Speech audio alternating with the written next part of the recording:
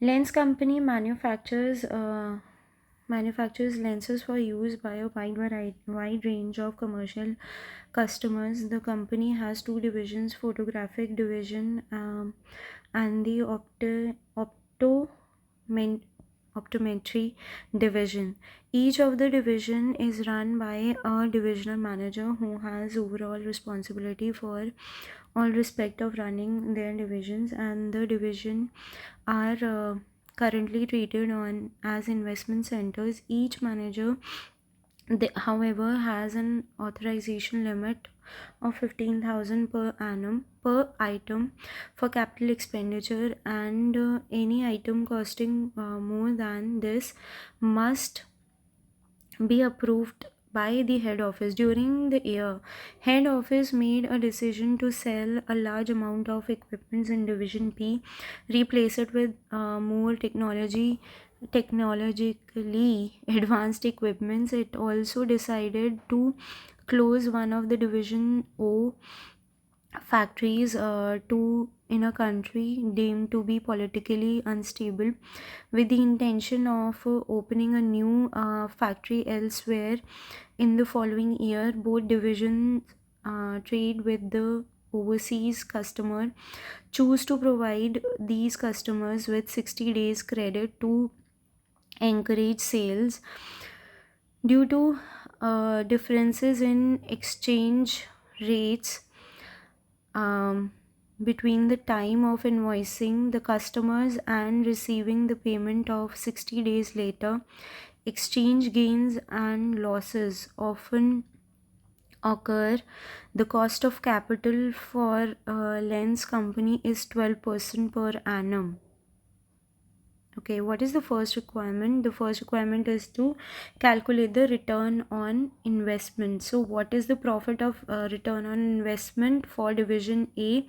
For division for the year ended 30th November, ensuring that the basis of calculation makes it a suitable measure for assessing the divisional manager's performance. So the very first formula for calculating the ROI is controllable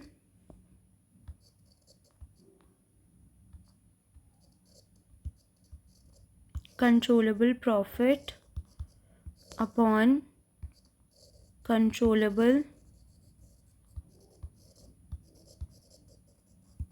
assets. Now, what are the controllable profits? How can we calculate controllable profits? We'll have to evaluate the profit of both the divisions. So revenue is given to us, and there is this additional revenue of 400. What is this 400?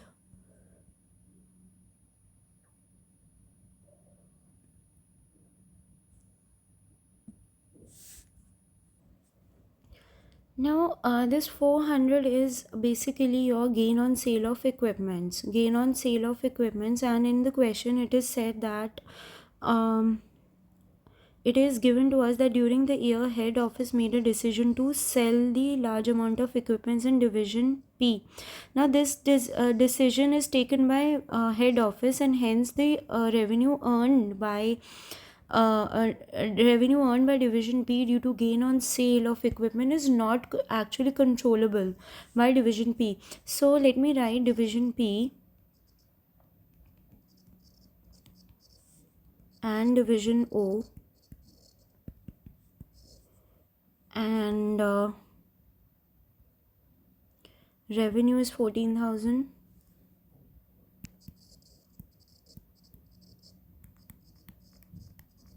And revenue for division O is 18,800. Then what we have is expenses, I guess. So labor cost, I think labor cost or direct material are controllable by the divisions only.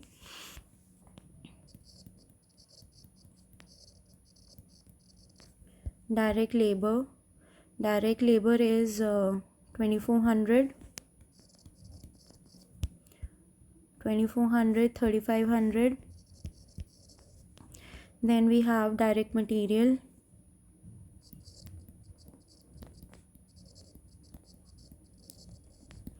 We have direct material as 4800, 6500.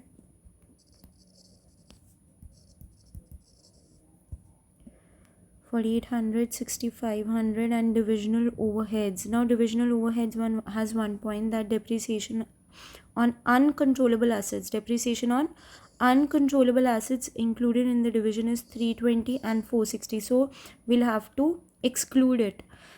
So what is it? It is divisional overheads.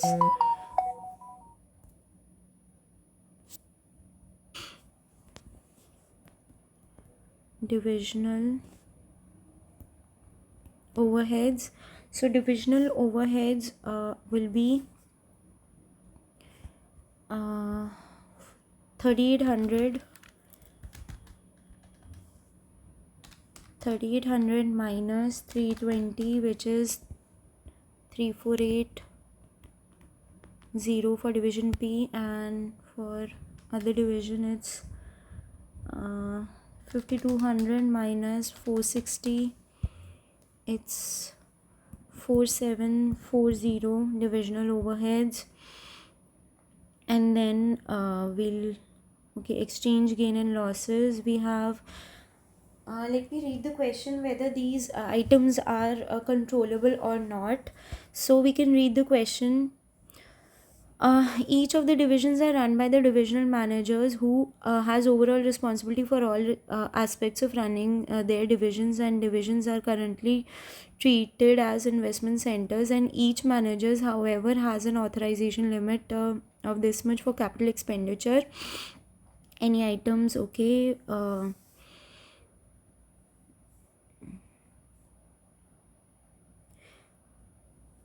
So these exchange and gain losses are actually controlled by the divisions only, because it is written over here. Both division trades with overseas customers, choosing to provide customers with 60 days credit to encourage. So somewhat we can conclude that this way the division managers are controlling the foreign exchange FX also. So the FX gain or loss will be controllable, or you can say exchange gain or loss, which is 200 and 460.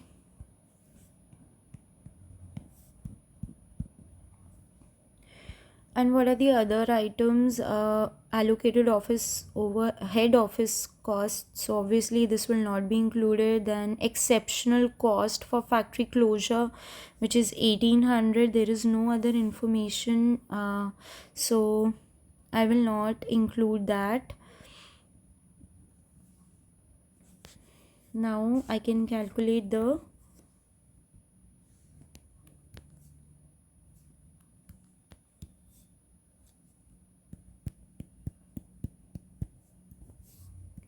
controllable profit. Controllable profit is 14,000 minus 2,400 minus 4,800 minus 3,480 minus 200, that is 3,120, and 1,880 minus 3,500 minus 6,500 minus 4,740 minus 460, this is 3,600. Controllable profit, there is some issue, I guess. I have calculated or missed something. I have calculated something wrong. 500, 6,500, 740 minus. Okay, this was plus. This was plus.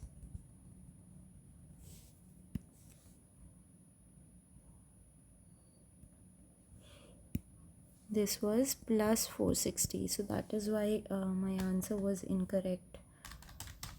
Now it is giving me correct answer for division O.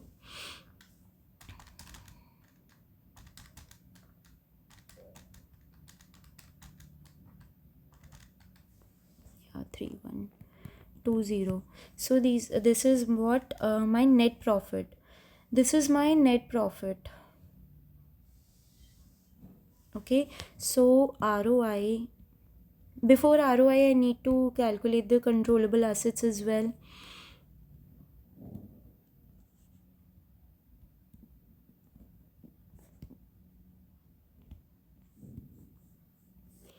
Division P, division O. What are my controllable assets? Non-current assets controlled by division 15,400. Yes, this will be there. Non-controllable assets of division. These are 15,400 and 20,700. Then what else I have? This I will not include because it's controlled by the head office. Inventories, okay. Inventories 1800. Now you might be thinking that there was some cost related to inventories as well. No, that was direct material and we had already included that. So inventories would be 1800 and 3900.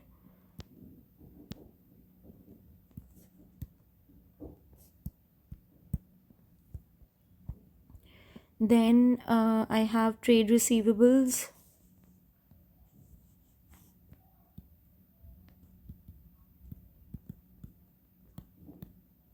Trade receivables are 6200 and 8900.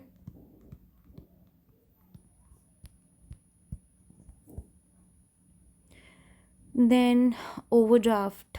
Is overdraft controlled by them? Overdraft is in liability, right? So overdraft, I think it was 500. Yeah. Overdraft, and now trade payables by 5100 and 7200.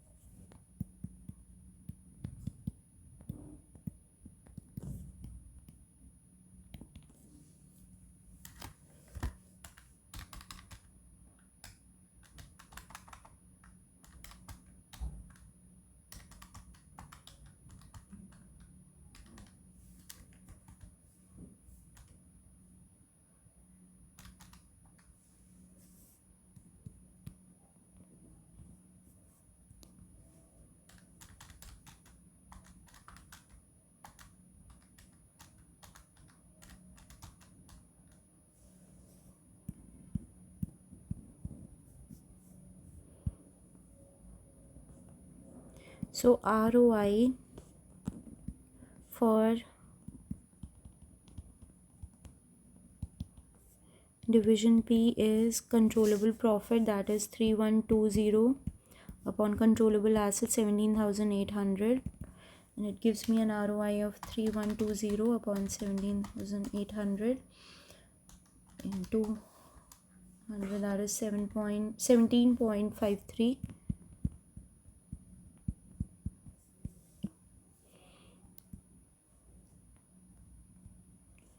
ROI for division O is equal to 4,520 divided by 26,300 into 100. 4520 by 2630 into 100, this is 17.18%, or 19, in fact 19. Yep. So this is my part A. Okay, it has 4 parts. This is going to be a lengthy question. The next question, it's asking explain why you have included or excluded certain items in calculating the ROI.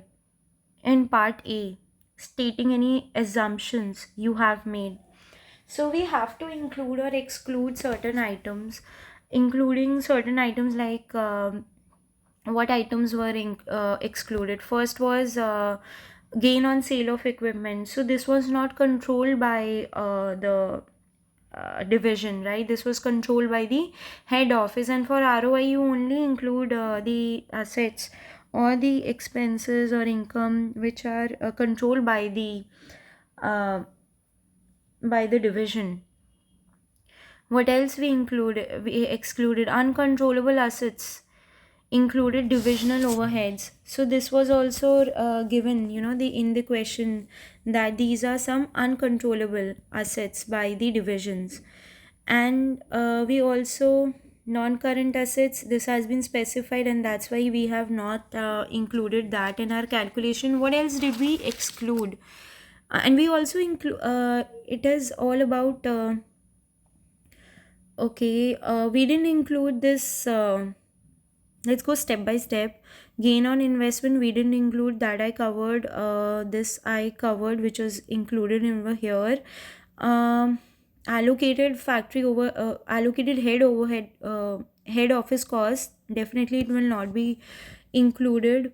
Um, Exceptional cost of factory closure. Now, why didn't I include this?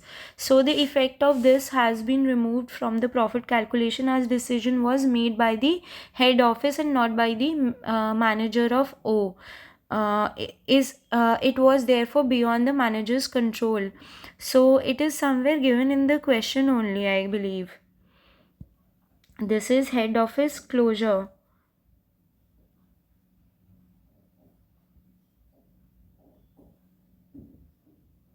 Let us read the question again and let's see. Each of the divisions is run by a divisional manager who has overall responsibility for all the aspects of running their division, and the divisions are currently treated as investment centers. Each of the managers have an authorization limit of 15,000 for the capital expenditure, and items costing more than this must be first approved. So each manager have authorization limit of 15,000. So that means the sale and purchase can not be more than 15,000. If there is any sale more than 15,000, the manager will have to get an approval of the head office. So this can be one of the reason why it was not controllable, because sale of a division would definitely be under this the management's decision. Let's read further. It also decided to close one of the decision. So the head office over here has mentioned that it one of its so this information has clearly been given over here. It also decided to close one of the division O's factory in the country. Okay, so this decision was taken by the head office, and therefore we have not included allocated head office cost. So everything I have mentioned now. So part B is also done, part A is done. Part C is briefly discuss whether it is appropriate to treat each of the divisions of Lens company as investment center. Discuss whether each of its whether it's appropriate. It is appropriate to treat each of the division of Lens company as investment center. Yes, because it's also given in the question. So what is an investment center? An investment center is typically is a type of responsibility center in which the manager has responsibility for not only sales prices, volume and cost, but also for the investment in working capital and non-current assets. So not only it is related to volumes of sales or sale price or controlling the cost, but it can also take decisions about, the manager can also take decisions about the working capital and non-current assets. And that's what we can see in this question. Now there were some non-current assets which were controlled by the divisions as well. So however, they only have responsibility over some of the asset, right? Like over here in this question, in the circumstances it would be argued that it is correct to treat them as investment centers, provided that appropriate adjustments are made when the ROI is calculated to assess their performance. and we did adjust, right? Whatever cost, expenses, or revenue, or any non-current asset which was not controlled by the division, we excluded them, right? We made that adjustment, and then only we assessed the performance by calculating the ROI. So on the other hand, however, the managers are only able to sign off 15,000 of capital expenditure, which is relatively a small amount, suggesting that treatment is an investment center is not appropriate as an okay, because in the question it had mentioned that it has only the limit of 15,000. Because of this line, it is not appropriate to term it as an investment center, because the capital expenditure which are even controlled by the divisions cannot exceed more than 15,000, and this 15,000 amount is relatively a very low amount, and therefore it would not be appropriate to term it as an investment center. So, bringing the divisions under the overhead control may even be beneficial, as then exchange rate can be managed more closely. Okay, another last part, it is asking us discuss the problems involved in using ROI to measure managers' performance. So, the main disadvantage of using ROI is that the percentage increases as asset gets older, right?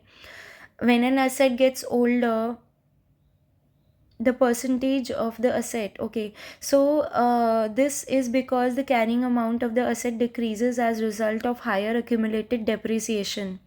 So ROI, okay, so ROI would definitely get increased if our denominator, which is controllable assets, gets reduced. So if my denominator is less than my numerator, definitely it would give better ROI. And how will my denominator how my denominator will decrease? The denominator would be decreased because of the depreciation being charged on the non-current asset. Why do we charge depreciation? Depreciation is charged because of the normal usage or the wear and tear, which we have to apply on the non-current assets annually. So therefore the assets would get decline on an annual basis, and ROI would show a better image, can show a better image. Okay, so the capital employed would decline, and definitely the controllable profit would be more than the capital employed, and it will be giving us a better ROI. So this in turn can lead to managers to hold on to aging assets rather than replacing them, and especially where the bonuses are linked to ROI, I think then the managers would be at a greater benefit in this case. So it may be that division P's manager would not have made the same decisions which head office made to invest in more advanced technology for this reason. Okay, this can be one of the reasons, since the head office is controlling the expenditures, capital expenditures more than 15,000. So, any capital expenditure like technology is one of the capital expenditure being which will be made by the head office, and the return would be then the return on investment. It could not be the earn return on investment cannot be say it cannot be said that okay, this ROI with which has been achieved by the manager is solely because of the managerial decisions. They are by because of the management by the head office also. So the credit also partially goes to the head office, as they were responsible for taking capital expenditure decisions more than 15,000. So, another disadvantage is that the ROI is based on accounting profits, which are subjective rather than actual cash flows. It is therefore an open to manipulation. Yes, the MIS system is open to the managers. Okay, they can increase or decrease the sales revenue. So I had explained this in another video as well. So it is therefore not consistent to maximizing the returns to investors. Additionally, it does not takes into account the cost of capital. Yes, it merely looks at the profit relative to the capital employed without taking into account the cost of capital. Okay.